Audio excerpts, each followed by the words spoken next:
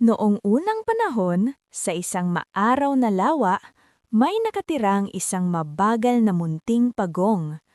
Ang ibang mga hayop ay tumatakbo, tumatalon at mabilis lumangoy.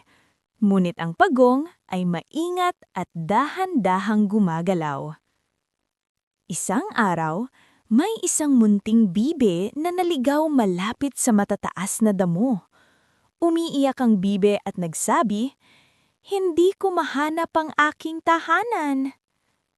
Dahan-dahang lumapit ang pagong at magiliw na nagsabi, "Mabagal man ako, matutulungan kita."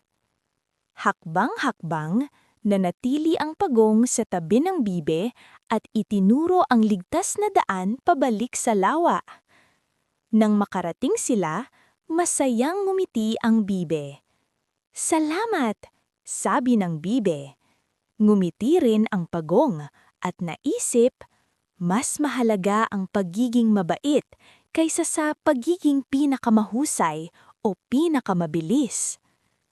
Ang gintong aral ng kwento, ang pagtulong sa kapwa ay mas mahalaga kaysa sa pagiging pinakamahusay o pinakamabilis. Please support Storytime MIA Hub by clicking the subscribe button and giving it a like. Thank you.